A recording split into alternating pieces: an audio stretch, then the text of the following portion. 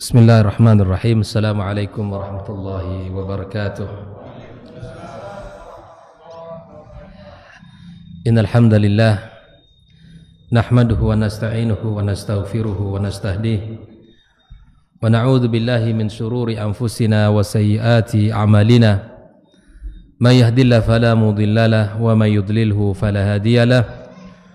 Asyhadu an la ilaha illallah wahdahu la syarika lahu syahadatan najati indallah yaumal qiyamah wa asyhadu anna muhammadan abduhu wa rasuluh ballagha risalah wa adda al-amanah wa nasaha al-ummah wa jahada fillahi haqqa jihadih. Qala ta'ala ya ayyuhalladzina amanu ittaqullaha haqqa tuqatih wa la tamutunna illa wa antum muslimun. Allahumma alimna ma yanfa'una wanfa'na bima 'allamtana wa zidna ilma. Rabbana hab lana min azwajina wa dhurriyyatina qurrata a'yun waj'alna lil muttaqina imama. Amma ba'd, kaum muslimin dan muslimat, al hadirin wal hadirat, al musyahidin wal musyahidat rahimani wa rahimakumullah. Alhamdulillah, pada maghrib ini kembali kita dipertemukan pada majelis kita membicarakan tentang orang-orang terbaik yang merupakan orang-orang yang telah mendapatkan legitimasi, yang telah mendapatkan rekomendasi dari baginda kita sallallahu alaihi wasallam, bahwa Nabi mengatakan tentang mereka, khairul quruni qarni, sebaik-baik generasi adalah orang-orang yang hidup di masaku. Tsummal ladzina yalunahum, tsummal ladzina yalunahum, yaitu orang-orang yang hidup di masanya dan orang-orang yang setelah mereka, yaitu para tabi'in, dan orang-orang hidup setelah masa tabi'in adalah tabi'in. Oleh itu ikhwafillah, malam ini kembali kita akan melihat bagaimana kisah-kisah mereka, perjuangan mereka, serta ketabahan dan kesabaran mereka di dalam menjalankan perintah Allah dan Rasulnya sallallahu alaihi wasallam, bahkan bagaimana mereka memperjuangkan dan mempertahankan akidah mereka.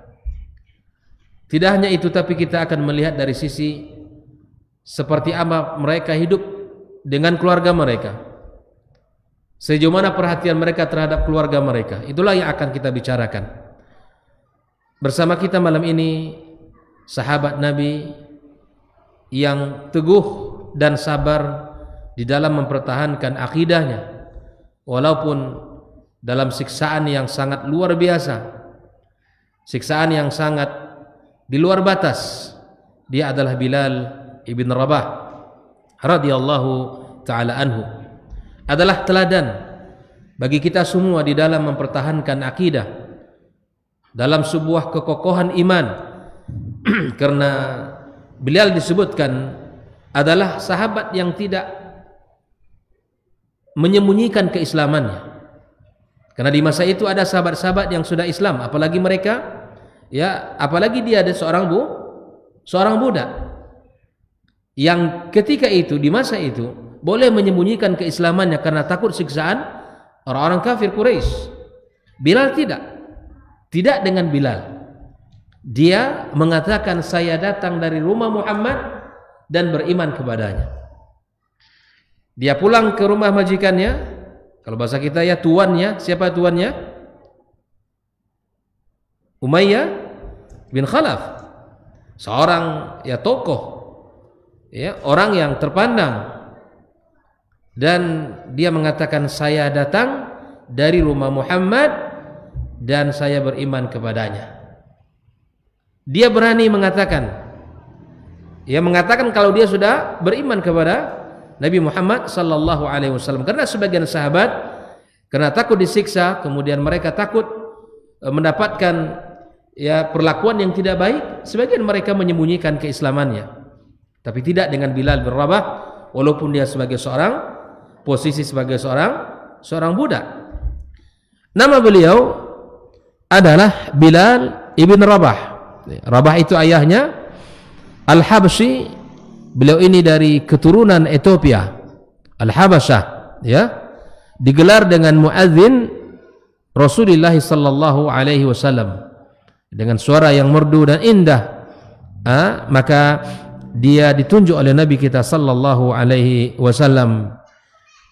Kemudian beliau dikenal juga dengan Abu Abdullah. Anak beliau Abdullah. Dalam riwayat di antara anaknya juga adalah Abu Abdul Karim. Abu Abdul Karim, ya. Maka ibunya bernama Hammamah, ayah bernama Rabah. Hammamah ini adalah seorang wanita hitam, ya, yang ada di kota Mekah. Mereka tinggal di Mekah, tapi kulitnya sangat hitam, sehingga dikenallah nama lain sebutan Bilal itu adalah Ibnu Sauda. Ibnu Sauda apa artinya? Anak laki-laki dari wanita hitam. Ya, disebut dengan dikenal dengan seperti itu, Bilal bin Rabah. Bahwa mereka ini sebagai budak milik seorang dari Bani Jumuh atau Jumah, ya, Al-Bani Jumuh, bagian dari kaum Quraisy, di mana Bilal bin Rabah juga memiliki saudara perempuan yang bernama Afrah, ya, namanya Afrah, dan saudara laki-laki bernama Khalid, ya. Kemudian hingga pada masa Umar bin Khattab merubah menjadi, ya, bernama Tahbal namanya. Kemudian pada masa Umar diganti dengan Khalid. Inilah secara singkat tentang keluarga beliau, ayahnya, ibunya, kemudian saudara dan saudarinya. Naam, Bilal bin Rabah ikhwafillah rahimakumullah disebut ketika dia menjadi Islam atau ketika dia menyatakan keislamannya kepada tuannya, maka tuannya dengan serta-merta menyakiti Bilal tanpa ampun. Ya, bukan hanya dia sendiri yang menyakiti Bilal, yang menghukum Bilal, tapi kemudian diajaknya orang-orang Quraisy, ya, orang-orang terpandang di masanya, sekelas Abu Jahal dan yang lainnya, diajak untuk menyiksanya. Bahkan dalam riwayat disebutkan bahwa Umayyah beliau memanaskan batu, karena batu itu menyimpan hawa. Ya, kalau dia musim panas, kita katalah kalau seandainya kita nginjak batu di terik matahari, apa yang kita rasakan? Panas. Sampai Bilal diseret, ya, kemudian dipukuli, sampai pada saatnya tuannya memanaskan batu, kemudian ditaruhkan di atas dadanya. Bahkan dalam riwayat disebutkan sampai robek, ya, kulitnya Bilal, bahkan otot-ototnya juga, ya, otot-ototnya juga berdarah. Siksaan yang sangat berat, tapi dia tetap istiqamah mempertahankan akidahnya di dalam, ya, mencari dari Allah Subhanahu wa taala. Lalu apa lafaz yang sering diucapkan oleh Bilal? Ahadun ahad. Sampai pada masa Umar bin Khattab, ketika mereka sudah hijrah ke kota Madinah, mereka bertanya kepada Bilal, "Wahai Bilal, kenapa engkau mengatakan kalimat ahad di saat kamu disiksa di kota Mekah? Kenapa engkau tidak katakan kalimat yang lain?" Ahadun ahad artinya adalah Allah yang Esa. Kata dia, itulah kalimat yang paling tidak mereka sukai. Saya tahu itu kalimat yang mereka tidak sukai. Mengesakan Allah, ya, hanya mengatakan Allah yang berhak disembah, itulah kalimat yang tidak paling dia sukai oleh Umayyah. Dan saya katakan kalimat itu. Keberanian, ya, keberanian seorang yang dinamakan, ya, Bilal bin Rabah radhiyallahu taala anhu wa ardhah. Ketika Bilal disiksa oleh Umayyah, semua orang Mekah tahu. Semua orang Mekah tahu. Sampailah berita itu kepada Abu Bakar As-Siddiq radhiyallahu taala anhu. Sampai berita itu kepadanya, lalu kemudian Abu Bakar datang kepada tuannya. "Kenapa engkau siksa si Bilal seperti ini?" Kata Umayyah, "Dia ini adalah budak saya. Saya berhak untuk melakukan apa saja kepadanya." "Apa salahnya?" Kata Abu Bakar As-Siddiq, "Dia telah beriman kepada Muhammad sallallahu alaihi wasallam." Kata dia telah beriman kepada Muhammad dan meninggalkan Tuhan kami. Ya, dia beriman kepada Allah yang Esa dan beriman kepada Muhammad sebagai Rasul. Ini adalah sebuah pelanggaran, kata beliau. Akhirnya Umayyah, Abu Bakar mengatakan, tidak pernah engkau siksa dia seperti itu. Umayyah mengatakan, wahai Abu Bakar terkenal dengan kedermawanannya, dengan hartanya dia gunakan untuk membeli para budak-budak yang disiksa di Mekah di zaman itu. Kata Umayyah, wahai Abu Bakar, jika engkau ingin beli, belilah. Kalau engkau beli sebesar atau seuqiyah, ya, segenggam apa saja, kalau engkau bisa bayar itu, bayarlah kepadaku, aku lepaskan ini kepadamu. Atau lebih kurang dari satu uqiyah, aku akan jual kepadamu. Begitu tidak berharganya Bilal bagi dia. Seorang budak hitam, ya gara-gara hanya mentauhidkan Allah, ya kemudian disiksa oleh majikannya, oleh tuannya atau Umayyah bin Khalaf. Lalu kemudian Abu Bakar As-Siddiq radhiyallahu taala, aku akan beli Bilal dan aku bayarkan sesuatu kepadamu. Setelah uang atau senilai yang telah disepakati dibayar oleh Abu Bakar As-Siddiq radhiyallahu taala, maka Abu Bakar mengatakan, wahai Umayyah, andaikan engkau minta, ya, 1000 uqayyah atau lebih daripada itu, aku akan tetap bayarkan demi membebaskan, ya, Bilal bin Rabah. Tapi karena uang sudah dikasihkan, nggak bisa lagi. Sudah disepakati itu tadi, ya sudah. Engkau jual dengan harga murah, saya beli. Andai kan engkau tetapkan 1000, aku akan bayar. Masya Allah, tabaraka. Itulah Abu Bakar As-Siddiq radhiyallahu taala dengan kedermawanan hartanya. Sampai suatu ketika, ikhwafillah, bapak beliau Abi Quhafah, ya, bapak beliau mengatakan kepada Bilal, wahai Bilal, afwan, kepada Abu Bakar As-Siddiq radhiyallahu taala, kenapa engkau bebaskan budak-budak ini? Kenapa engkau tidak bebaskan orang-orang yang kuat kemudian bisa engkau perkerjakan? Kata Abu Bakar As-Siddiq radhiyallahu taala, aku membebaskan mereka ini untuk Allah Subhanahu wa taala, bukan untuk aku pekerjakan atau bukan untuk aku manfaatkan, sehingga Bilal dinisbatkan kepada apa? Maula Abu Bakar. Penyebutan itu adalah kepada orang yang membebaskan dia. Kepada orang yang membebaskan, itulah disebut maula. Sehingga apa? Andaikan di dalam Islam, ya, tuan memiliki hak atas budaknya. Itulah beberapa poin di dalam kisah Bilal radhiyallahu taala anhu di dalam mempertahankan akidahnya dan betapa besarnya cobaan yang ia alami. Ya, kalau dibandingkan dengan kita, nggak ada apa-apanya. Ya kan? Cobaan beliau, masya Allah, tabarakallah, disiksa, ya, tapi dia tetap mempertahankan akidahnya, tetap mempertahankan keimanannya. Dan inilah sesuatu yang mahal, ya, ujian yang ditimpa, yang menimpa seseorang. Jangan sampai akidah kita ini, ya, tergerus bahkan hilang. Dan ini mesti kita sampaikan kepada anak-anak kita. Sampaikan kisah-kisah para sahabat mulia ini, agar anak-anak kita di masanya menanti, pada saatnya mereka hidup, bukan di masa kita hidup, dengan berbagai ujian yang berat, mungkin lebih berat, atau mungkin mendekati ujiannya, mereka tetap di dalam akidahnya, mereka tetap di dalam keislaman, ya, yang telah diridai oleh Allah Azza wa Jalla.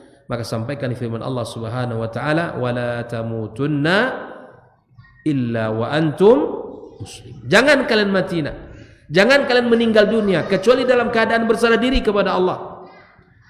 Ini akidah kita, inilah agama kita, jalan keselamatan kita. Ikhwafillah rahimakumullah. Nah, tentang masuknya Islam kepada Bilal ini adalah termasuk orang-orang minal awwalin, ya, termasuk orang-orang yang awal-awal masuk Islam. Bahkan terhitung adalah budak pertama yang masuk Islam adalah Bilal. Karena kalau kita runut, perempuan yang pertama siapa? Khadijah. Ya, orang dewasa yang pertama siapa? Abu Bakar. Anak yang pertama siapa? Ali, dan seterusnya, ya. Dan di antara, ya, budak yang pertama masuk Islam adalah Bilal ibn Rabah radhiyallahu taala anhu.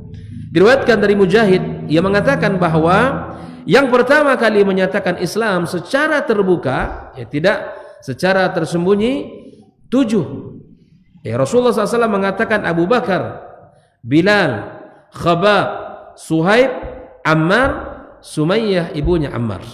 Ini orang-orang yang memang secara mereka telah mendeklarasikan keislaman mereka secara terang-terangan. Baik, ikhwah fillah rahimakumullah. Jaminan masuk surga dan keutamaan Bilal disebutkan oleh Rasulullah sallallahu alaihi wasallam di dalam sebuah hadisnya, di mana Abu Hurairah radhiyallahu taala anhu menceritakan bahwa Rasul sallallahu alaihi wasallam pernah bersabda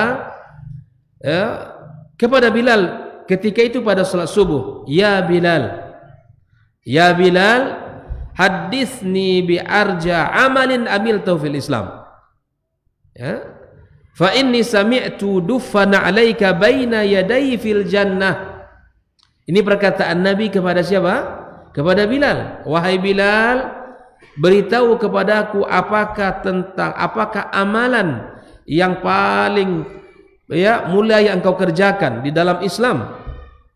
Sungguh kata Nabi, aku mendengarkan suara kedua sendalmu di depanku di dalam surga. Pernah dengar enggak hadis ini? Pernah ya? Hadis ini ditanya, ya, Bilal ditanya oleh Nabi kita sallallahu alaihi wasallam, bima sabaqtani, ya. Karena Nabi SAW mengatakan aku tidak pernah masuk surga, tapi terimalah aku bermimpi bahwa aku masuk surga dan kemudian aku mendengarkan suara sendalmu, ya, mendahului aku. Maka Bilal menjawab, ya Rasulullah, dalam terjemahan yang disebutkan, aku tidak tahu amal yang paling dapat diharapkan pahalanya bagiku, kata dia, hanya saja tidaklah aku berhadas, kemudian aku berwudu, lalu kemudian aku melaksanakan salat karena Allah Subhanahu wa taala. Nah, terkadang hadis ini dijadikan sebagai salah arti, ya, bahwa melegitimasi perbuatan, bahwa Bilal dikatakan melakukan perbuatan bid'ah. Ini salah paham, ya. Ini salah penempatannya. Ada yang mengatakan bahwa Bilal, ya, Nabi tidak menyuruh Bilal, ya. Ya subhanallah, ini adalah syubhat, ya. Tidak benar bahwa dengan apa yang dilakukan Bilal maka Bilal melakukan perbuatan bid'ah. Tidak.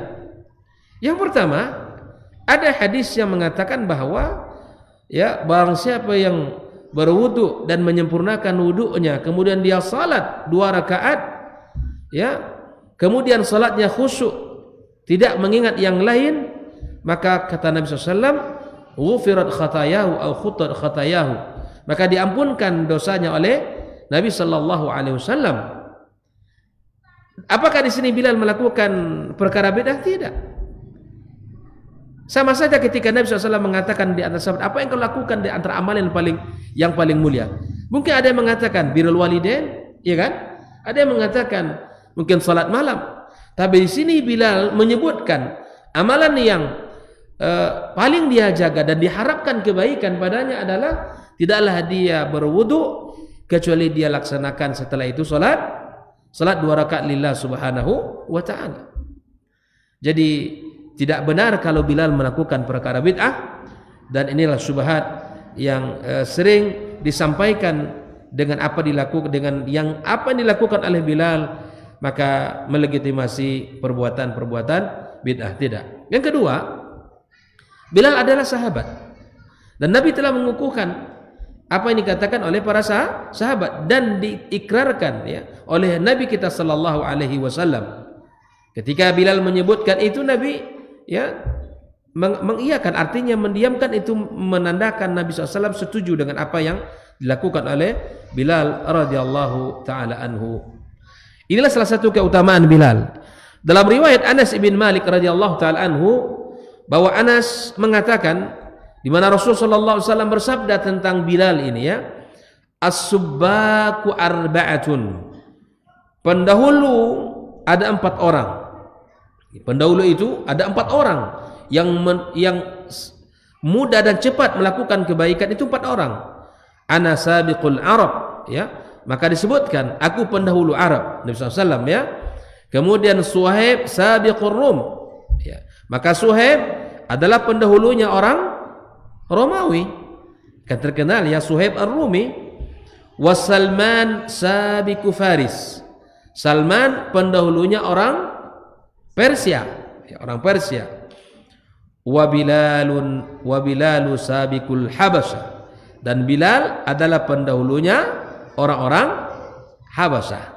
Sebut Nabi menyajarkan, coba ya, ana sabiqul Arab. Nabi mengatakan itu dirinya sendiri langsung.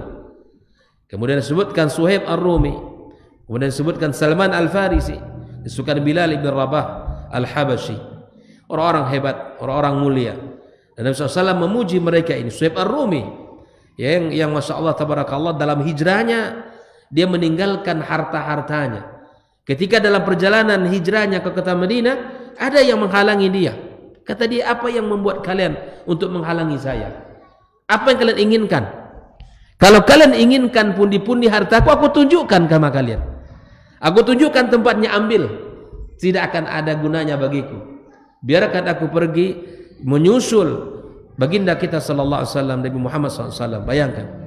Belum lagi Salman Al-Farisi yang datang memberikan ide cemerlang kepada Nabi sallallahu alaihi wasallam ketika perang Khandaq, yang memberikan ide yang sangat luar biasa. Begitu juga dengan Bilal bin Rabah, dengan keteguhan iman dan dia sebagai muazin Rasulullah sallallahu alaihi wasallam. Dalam riwayat Abu Umamah yang mengatakan, sami'tu Nabi sallallahu alaihi wasallam yaqul, bahwa aku mendengarkan Nabi bersabda, ana sabiqul Arabi ilal jannah, saya adalah pendahulu orang Arab masuk surga, kata Nabi. Wa Suhaib sabiqur Rumi ilal jannah, Suhaib adalah pendahulunya orang Rum masuk ke dalam surga. Wa Bilal sabiqul Habasyah ilal jannah, Bilal termasuk pendahulu orang-orang Habasyah masuk surga. Wa Salman sabiqul Fursi ilal jannah, dan Salman pendahulu orang Persia masuk ke dalam surga. Mereka ini telah dikatakan oleh Nabi SAW dengan namanya langsung bahwa mereka ini adalah akan masuk ke dalam surga yang penuh dengan kenikmatan. Ikhwah fillah rahimakumullah. Kalau kita bicara tentang fisiknya, sudah jelas bahwa Bilal berkulit ya hitam, tinggi ya kurus, mempunyai banyak rambut, ya artinya rambutnya sangat lebat, kedua pelipisnya tipis, kemudian banyak uban pada bagian ya padanya tanpa diubah. Ini seorang yang rendah hati, taat beribadah kepada Allah, zuhud, dan orang yang mencintai Nabi sallallahu alaihi wasallam. Di mana wafatnya Bilal atau di mana dikuburkan Bilal? Ya, tatkala Rasulullah SAW ya wafat dan dimakamkan, maka kemudian Abu Bakar berkata kepada Bilal, ketika Nabi wafat, maka Abu Bakar berkata kepada Bilal, kumandangkan azan. Ini sebuah permintaan biasa dari Abu Bakar Siddiq kepada siapa? Kepada Bilal bin Rabah. Bilal menjawab. Pertanyaan atau permintaan yang disampaikan oleh Abu Bakar Siddiq radhiyallahu taala anhu, dia mengatakan, jika engkau memerdekakanku hanya agar aku ya menyertaimu, maka ini adalah dapat dimaklumi. Coba lihat ya, Abu Bakar mengatakan agar dia azan, dia mengingat ya apa yang dilakukan oleh Abu Bakar kepadanya. Namun jika engkau memerdekakanku karena Allah, maka biarkan aku dengannya. Artinya jangan, bahasa kita, jangan engkau pasangkan aku, biarkanlah aku bersama Allah Azza wa Jalla. Ya, bukan tidak mau Bilal ya, bukan tidak mau ya melakukan azan, tapi hal itu apa ikhwah fillah? Perasaan yang sangat dalam di hati seorang Bilal bin Rabah, karena selalu bersamai Nabi kita sallallahu alaihi wasallam.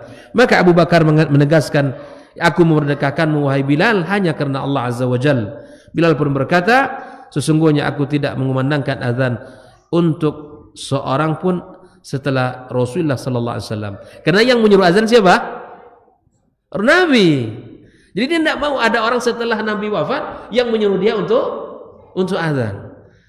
Itu karena cintanya kepada siapa? Kepada Nabi sallallahu alaihi wasallam. Bayangkan. Tidak ada orang menyuruh dia untuk azan. Tapi kalau engkau merdekakan aku, ya, agar aku menyertaimu, itu bisa dimaklumi, kan gitu kan? Karena engkau adalah ya yang merdekakan aku. Tapi kalau engkau merdekakan aku karena Allah, biarkan aku dengan pilihan. Dia tidak mau ada orang yang memerintahkan dia azan setelah Nabi sallallahu alaihi wasallam wafat. Nah, itu terserah kamu, kata Abu Bakar. Sudahlah, itu pilihan kamu. Karena bukan tidak mau azan, dia tidak sanggup, karena di dalam azan disebutkan nama Nabi sallallahu alaihi wasallam, ya, kemudian itu hal yang indah dalam kehidupan beliau, ya. Bilal tinggal di Madinah sampai pada peristiwa utusan keluar menuju Syam di masa Umar, ya, perluasan Islam sudah mulai, ya, luar biasa, al-futuhat, ya, kemudian di mana Islam mulai memperluas jangkauannya, wilayah-wilayahnya, termasuk pada masa Umar itu, ya. Maka kemudian Bilal bin Rabah minta izin untuk pergi, ya, menaklukkan Damaskus, ya. Lalu kemudian dia tinggal di sana sampai wafat pada masa pemerintahan Umar radhiyallahu taala anhu, dan itulah kisah daripada kehidupan Bilal bin Rabah radhiyallahu taala anhu.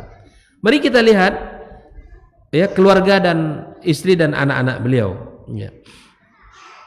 Para ahli sejarah menyebutkan bahwa sejumlah wanita yang menjadi istri Bilal bin Rabah, ya, disebutkan oleh mereka, disimpulkan melalui pengamatan hanya 4 istri, ya, dimiliki oleh Bilal bin Rabah.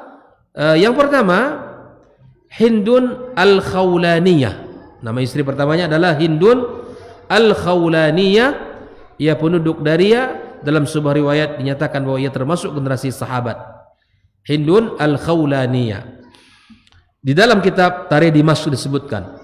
Yang kedua, ya, anak perempuan Bukair ibn Abdi Yalil ibn Nasib ibn Ghirah bin Sa'ad ibn Lais al-Qurashiyah. Inilah salah seorang dari istri beliau. Mereka tidak menjelaskan siapa nama aslinya, tapi disebutkan, ya, anak perempuan dari Bukair. Yang ketiga, di antara istri beliau adalah seorang wanita Arab dari Kindah, ya. Inilah yang disebutkan oleh Ibnu Athir dalam Usudul Ghabah. Itu Usudul Ghabah itu adalah kisah tentang para sahabat, ya. Kemudian yang keempat, seorang istri dari generasi sahabat Nabi, namun masih samar lantaran tidak mendapatkan namanya. Hanya disebutkan kisahnya saja, tidak secara jelas disebutkan siapa namanya, tapi hanya kisah-kisah yang mendukung, mengatakan bahwa itu adalah istrinya Bilal ibn Rabah radhiyallahu taala an. Itulah disebutkan tentang istri beliau. Kemudian beberapa peristiwa yang sangat luar biasa di dalam kisah keluarga, dan inilah yang mesti kita ambil dalam pelajaran kehidupan Bilal bin Rabah, ya, radhiyallahu taala. Yang pertama adalah tentang istrinya meriwayatkan doa, ya, meriwayatkan doa dari Bilal saat hendak tidur. Ya, subhanallah, termasuk Bilal ini adalah orang yang menjaga sunnah Nabi sallallahu alaihi wasallam ketika adab-adab tidur. Diriwayatkan oleh Hindun al-Khawlaniyah, istri Bilal bin Rabah, ya, ia menuturkan saat hendak tidur di malam hari, Bilal mengucapkan di antara doanya, ya Allah, terimalah kebaikanku, ya, dan terimalah kebaikanku dan ampunilah keburukanku, serta maafkanlah kekeliruanku. Inilah salah satu doa yang selalu dibaca oleh Bilal sebelum tidur, dan itu diriwayatkan langsung oleh siapa? Oleh istri beliau Khawla, ya, Hindun al-Khawlaniyah. Ikhwafillah, apa pelajaran bisa kita ambil? Pada masa kehidupan suami istri, tentulah banyak hal yang didengar oleh pasangan kita, ya. Dan ini salah satu keistimewaan momentum keimanan, ya, yang terjadi pada keluarga Bilal bin Rabah radhiyallahu taala anhu. Saat hendak tidur, dia selalu membaca doa kepada Allah Azza wa Jalla, meminta agar Allah terima segala kebaikan, agar Allah ampunkan segala dosa dan kekhilafan. Ya, mana tahu di saat kita tidur kemudian meninggal dunia. Maka perlu ya kita untuk apa yang dilakukan oleh Bilal ini ya meminta kebaikan kita dan minta apa yang disampaikan oleh doa dalam doa yang disampaikan oleh Bilal ibn Rabah ini. Kemudian ikhwafillah rahimakumullah, ketika Bilal sakit menjelang kematiannya, maka dia menghibur istrinya yang merasa berat akan berpisah dengan Bilal. Nah, ini wajar ya, biasa. Saat orang sakit, ya kemudian barangkali dia sudah merasa itu adalah sangat berat dalam dirinya, maka seorang istri pun merasa sedih, kemudian berat kalau berpisah dengan suami. Maka Bilal, coba lihat ya, tatkala Bilal jatuh sakit menghadapi ajalnya, istrinya merasa ya kegundahan, mengungkapkan isi hatinya kepada Bilal, ya, duhai betapa menyedihkan perpisahan ini ya. Namun Bilal radhiyallahu taala anhu justru memberikan, menguatkan ya, justru menguatkan siapa? Menguatkan istrinya, menguatkan istri beliau yang menghadapi masa-masa yang akan berat itu, dengan mengatakan ya bukan begitu, tapi betapa menggembirakannya. Bayangkan ya, ini mengatakan betapa menggembirakan, besok kita akan bertemu lagi ya, akan bertemu dengan orang-orang yang terbaik dan terkasih, Nabi kita Muhammad sallallahu alaihi wasallam dan para pengikut beliau. Duhai betapa menggembirakannya. Istrinya merasa bersedih akan perpisahan dengan suaminya, justru Bilal menguatkan ya, menyatakan akan kegembiraannya akan bertemunya dengan orang-orang baik, orang-orang saleh bersama baginda kita sallallahu alaihi wasallam. Dan hal yang wajar ya, ketika peristiwa-peristiwa ini terjadi, wajar ya istri merasa sedih ya saat menyadari bahwa suaminya akan meninggal dunia. Akan tetapi ya Bilal menginginkan agar istrinya tetap ya tegar dan sabar dan tetap tidak ya menunjukkan kesedihannya, rasa sedihnya, tapi tetaplah gembira, tetaplah tabah dan sabar menghadapi. Insyaallah kita akan bertemu kembali. Berpisahnya sementara waktu, akan Allah pertemukan kembali kita di dalam surganya. Inilah beberapa kisah yang sangat menarik dalam kehidupan Bilal bin Rabah bersama keluarganya. Ya, bersama keluarganya. Ya, kisah-kisah yang sangat indah di mana ya beliau adalah orang baik dan kemudian memberikan kekuatan, kesabaran, mengokohkan kepada istrinya ya. Kita wallahu taala bisawab ya, kita ya mudah-mudahan kita mampu juga menguatkan seperti apa yang dilakukan oleh Bilal radhiyallahu taala anhu kepada pasangan kita nantinya. Ya, semoga Allah azza wa jalla ya berikan kepada kita ya kekuatan pula untuk menghadapi kematian itu. Karena sesungguhnya kematian adalah sesuatu yang menyakitkan. Ya. Inna lil mauti sakarat ya, inna lil mauti la sakarat. Sesungguhnya pada kematian itu ada sakaratnya. Sangat sakit ya, sangat sakit. Maka Nabi saja radhiyallahu taala anhu ya, Nabi yang mulia pilihan, manusia pilihan, tetap merasakan ya, betapa ya, mengeluarkan air mata di saat dia meninggal dunia. Nasallallahu azza wa jalla al-afiyah. Kita minta kepada Allah azza wa jalla ya kemudahan. Allah cabut nyawa kita dengan penuh kelemah lembutan ya.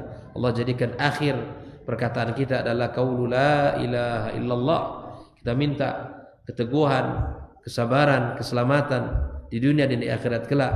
Dan semoga busra datang, malaikat-malaikat yang Allah utus memberikan kabar gembira kepada kita dengan ya kegembiraan dan tempat yang indah di dalam surga Allah azza wa jalla. Karena hakikatnya orang beriman kalau meninggal dunia ya, di saat meninggal dunia sudah nampak aina masiruhu, mana akan menjadi tempatnya. Busra, dalam hadis Nabi disebutkan hal demikian, betapa dia datang memakai kain kafan dari surga, memberikan kabar gembira, busra kepada dia si mayit.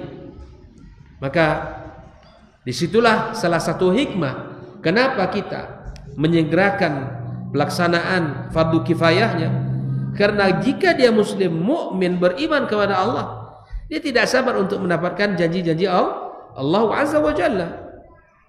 Sebenarnya dalam hadis disebutkan, di saat kita mengangkat dia di keranda, dia mengatakan qaddimuni qaddimuni.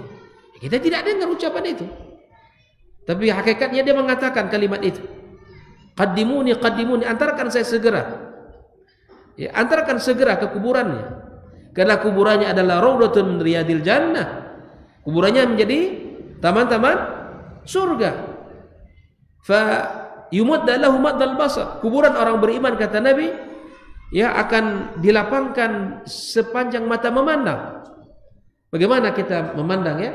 Mata kita memandang luas. Begitulah perasaannya dan begitulah hakikatnya orang beriman meninggal.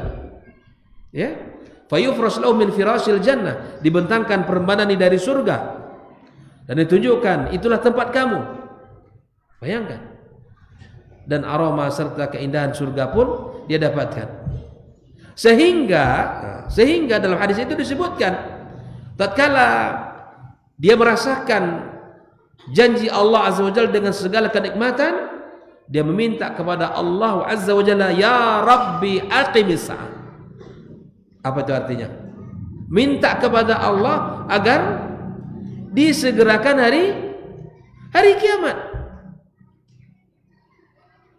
Kenapa disegerakan hari kiamat? Dia akan kabarkan kepada keluarganya. Bayangkan, Pak, ikatan keluarga kita pada hanya di dunia saja. Saat kita mati pun kita ingin kabari keluarga kita bahwa kita dalam kenikmatan, bahwa kita dalam, ya, surga, di dalam kenikmatan surga Allah Azza wa Jalla. Nah, sampai hari kiamat dia akan merasakan itu. Bayangkan, Pak, bisa jadi kehidupan dalam alam barzakh kita, ya, sungguh jauh lebih lama dari kehidupan kita di dunia. Begitulah orang beriman. Itu yang kita minta kepada Allah Azza wa Jalla. Ini yang kita perjuangkan untuk diri kita. Kita berbekal dengan akidah yang sahihah, aqidatus salaf. Kita mengimani Allah Azza wa Jalla seperti mana Allah, Rasul dan para sahabat, ya, menyebutkan bagaimana Allah, mengenal Allah dalam tauhid rububiyah, tauhidul uluhiyah, asma dan sifat.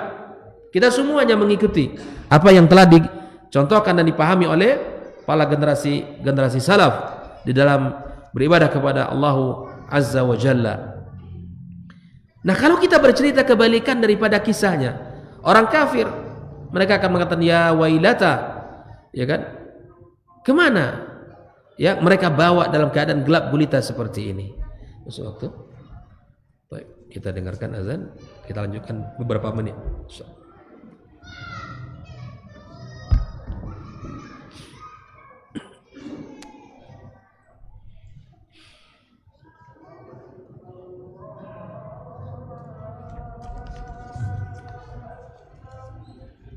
Allahu Akbar, Allahu Akbar, Allahu Akbar, Allahu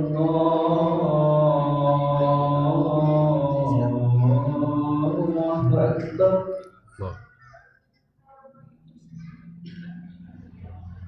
Asyhadu an la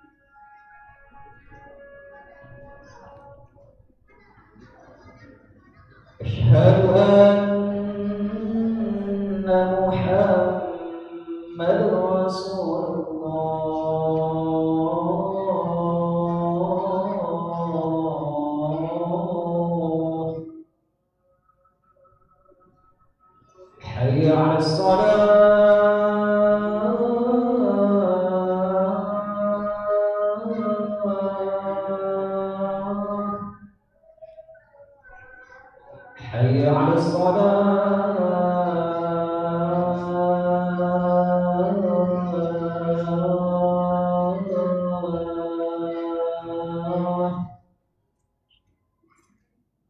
حي على الفلاح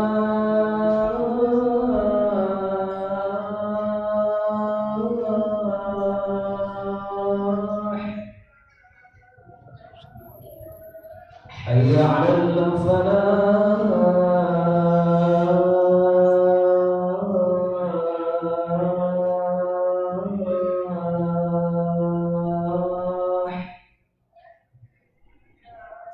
الله أكبر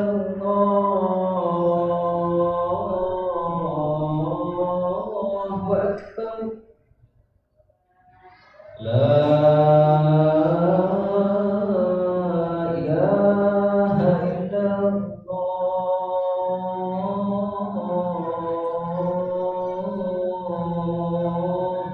لا إله إلا الله اللهم رب الصلاة القائمة وبعثت مقام محمد الذي وأنت إنك لا تخلف الميعاد اللهم لك الحمد لله من صلى قام الصلاة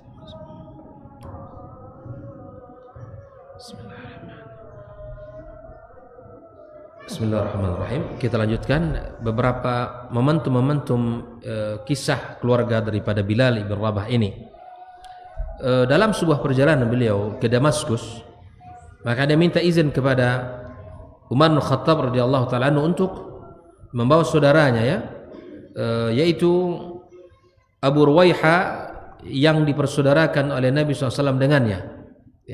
Dia dengan saudaranya ini kemudian mendatangi satu kaum Khawlan di daerah dekat Damaskus.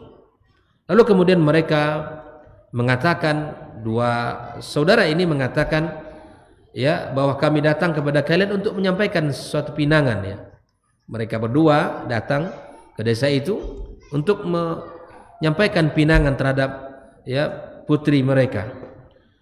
Mereka berdua, Bilal bin Rabah dan saudaranya ini, dengan terus terang mengatakan apa adanya. Ini juga pelajaran bahwa kalau ada terkait masalah pinangan memang harus disampaikan apa adanya. Maka kemudian mereka mengatakan, kami datang kepada kalian untuk menyampaikan pinangan. Dahulu kami orang kafir, tapi kemudian Allah memberikan hidayah kepada kami. Dahulu kami budak, tapi kemudian Allah merdekakan kami.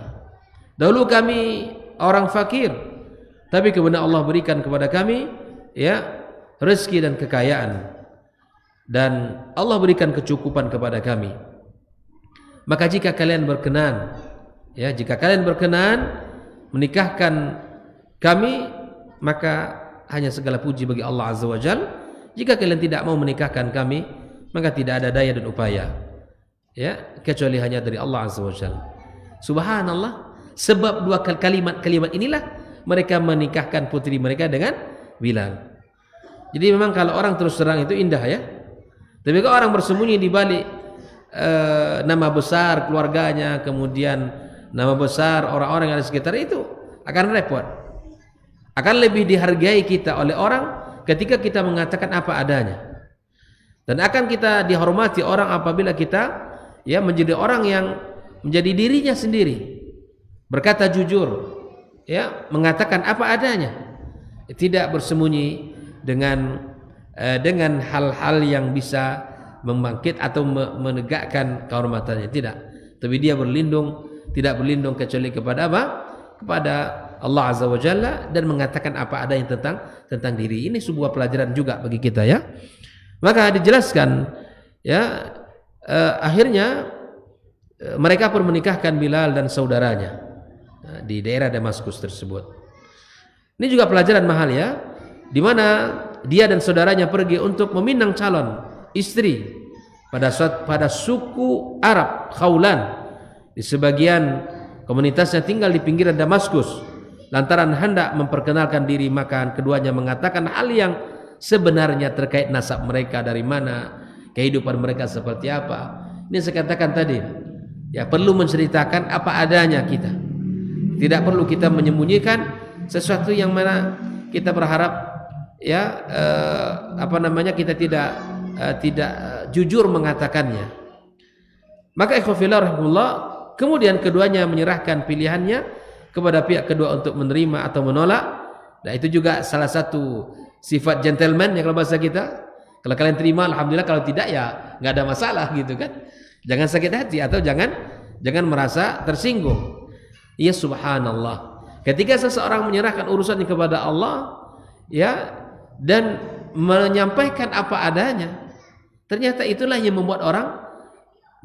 membuat mereka tertarik untuk menikahkan putri mereka kepada mereka berdua ya. Lalu keluarga tersebut menerima ya dan menyampaikan permohonan oleh Bilal, saudaranya, justru dengan sebab dilangsungkan pernikahan bagi keduanya. Abad keterus terangan menjelaskan dari mana mereka asal mereka, seperti apa dulu mereka dan seperti apa sekarang. Ya, itu juga hal yang penting di dalam menjalani kisah atau di dalam ingin merajut kehidupan rumah tangga ya. Ikhwafillah rahimakumullah. Kisah terakhir dalam kehidupan atau momen-momen yang indah dalam kehidupan Bilal bin Rabah adalah kisah saudaranya. Nah, kisah saudaranya tentang bagaimana keadaannya, karena Bilal bin Rabah memiliki saudara yang ingin menikah.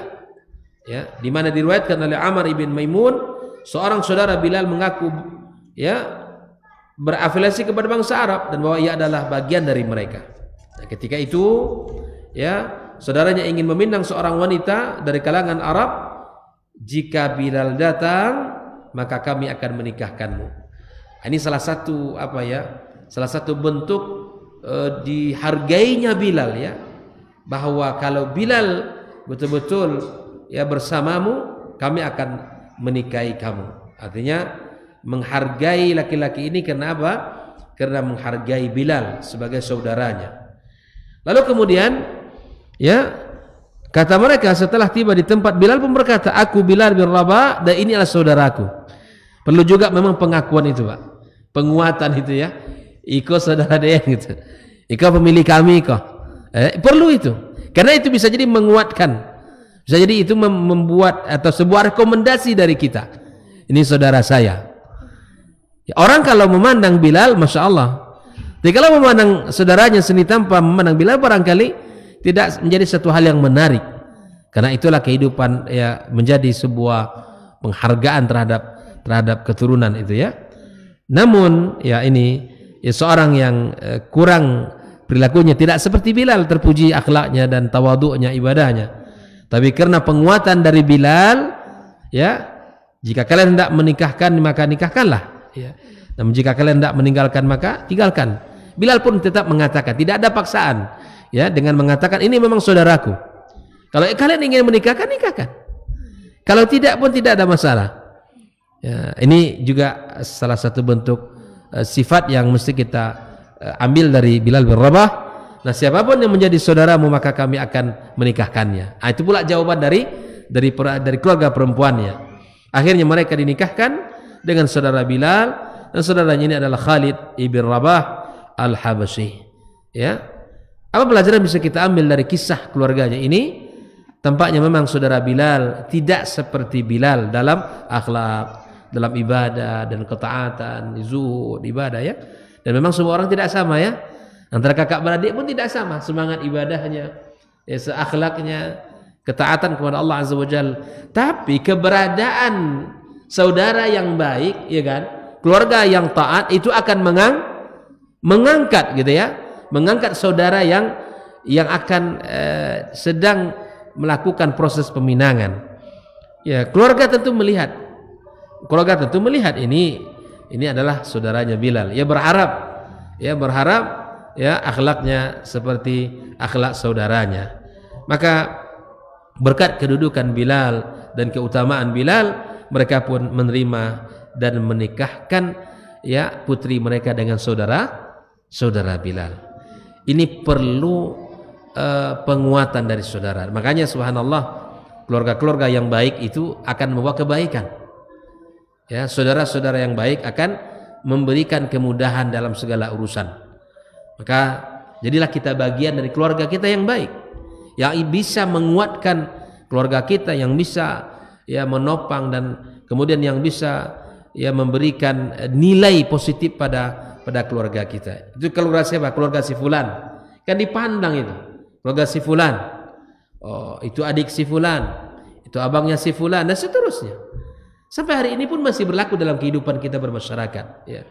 Maka ikhwafillah, nilai-nilai itu, nilai-nilai akhlak, nilai-nilai keagamaan yang ada pada diri seseorang itu akan bisa mengangkat.